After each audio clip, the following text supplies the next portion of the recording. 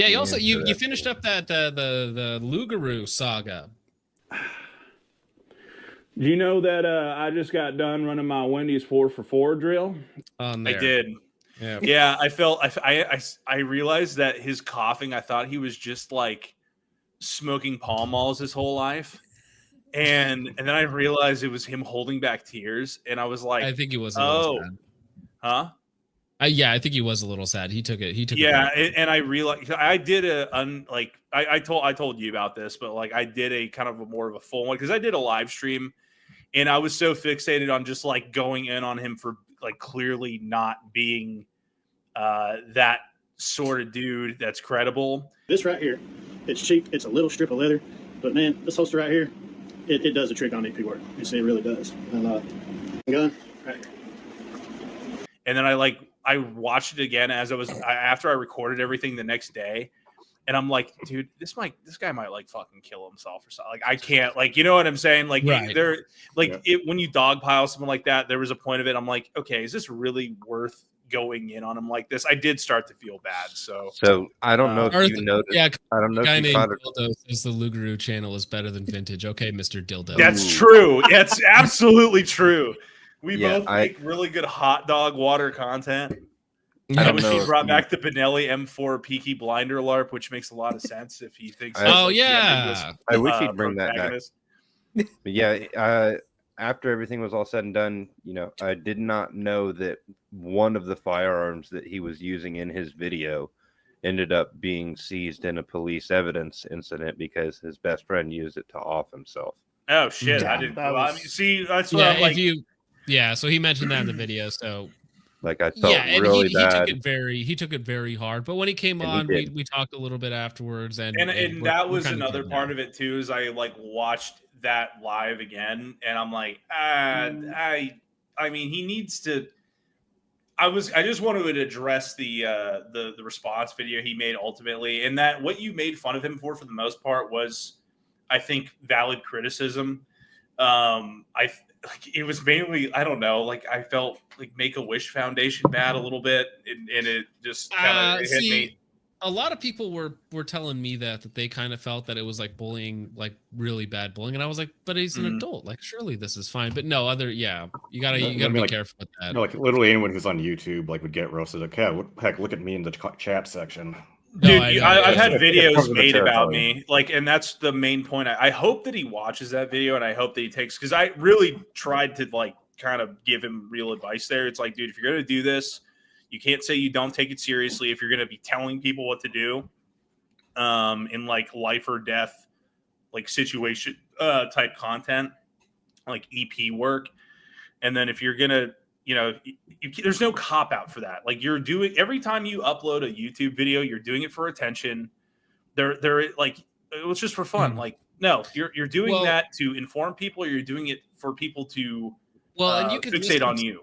The way that he talked about it was like, hey guys, no, I'm back. I'm doing things with the channel. We're going to do this. We're going to bring you more training content. We're going to be starting up this, doing that. So there was always like, he wanted it to be something, but it just never got traction. I don't think he knows what he wants to do. I think that's ultimately what it lack is. Of direction and tool. And honestly, I don't have, and that's like the other reason I have a soft spot for him is like, I get it, at least in that degree, but he reminds me of a lot of other veterans from that kind of era. And I don't want to see him stop making content, you know, I guess was kind of my thing. It's like, but you need to dial it in, and you shouldn't be giving advice if you're still learning and training, as he would put it. Like, then you're not a subject matter expert on it. Mm-hmm. I watched his EP protection loadout video, and there were so many points where I was like, this is like fucking laughably bad advice. Right. And it's like, you shouldn't be acting as though you're subject matter. I have no problem if you're just making gun content for fun, like doing that like little Benelli M4 video in your little getup. Fuck, that's cool. Do that. But don't claim to be an expert on shit. You know what I mean? Yeah, I mean, like the thing is, it comes to the territory with not just firearms instruction, firearms advice, but the sale and facilitation and dissemination of firearms related products or firearms. Is that this stuff if handled irresponsibly, and new people would often get trained in cars and not knowing any better and may encounter this sort of bad advice or bad products or so, is that when it's being pressed into service for self-defense against government tyranny or as a counter against, like, say, domestic terrorism groups that would that are politically motivated to kill you, if that doesn't work, then you'll be in serious trouble. Yeah, it was for me. It was mainly him trying to tell other people in any EP work, and I read comments like there were people that were like, "Oh, dude, thanks for the video. This is good info." It's like, no, it's not. This is not like he's working for like kind of a lower level security company that's LARPing like they're the top tier. I've seen what top tier looks like, what they train you, the gear you wear, how they have you set up the gear. None of that was discussed in the video. Like he was saying, oh, you can't conceal a fucking duty belt under a suit and tie. It's like, brother, look at the Secret Service. I guarantee you that they have a fucking all of that. You know, it's not. Yeah, it comes off like a rent-a-cop giving like tactical advice to somebody. Yeah, and it's easier. And by the way, it's easy to dunk on those types of people. That's why, like, I was tracking this guy for months. I never made a video on him because ultimately, I think the main thing he could have been criticized for was that Shadow Systems video, and that's mainly for the safety part of it. Like, okay, dude, I have videos of me doing cringe shit on my channel from far back that I can remember. I wasn't playing with tomahawks, but I was doing like, there's a video you can look for it. I was like dancing in like a fucking Soviet or a German uniform. So it was like, I looked back at that video and I cringed at it, right? What you don't do is you don't delete all your videos because that's kind of sad. I look back and I laugh at it. There's always going to be, no matter what you do, you're going to have people who just fucking hate you because they just hate you. So if you're going to do YouTube, for all my little inspiring ducklings here who want to do YouTube, you can't be a pussy. You just gotta be able to like take criticism and people talking about you in personal ways. It is what it is. Yeah, 100%. Yep, I concur. Good to know. Bias to spontaneously combust.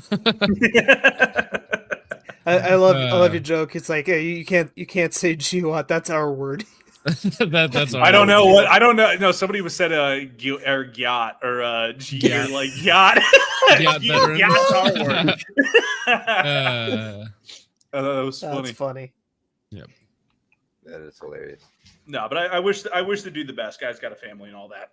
Yeah. I wish the best for everybody, and everybody just needs to improve a little bit and take constructive. Listen, stop being gay. Now, he reminds me of a lot of guys in that security industry that, you know, are GWAT guys, okay? I could say that word. I'm one of them. That's our word.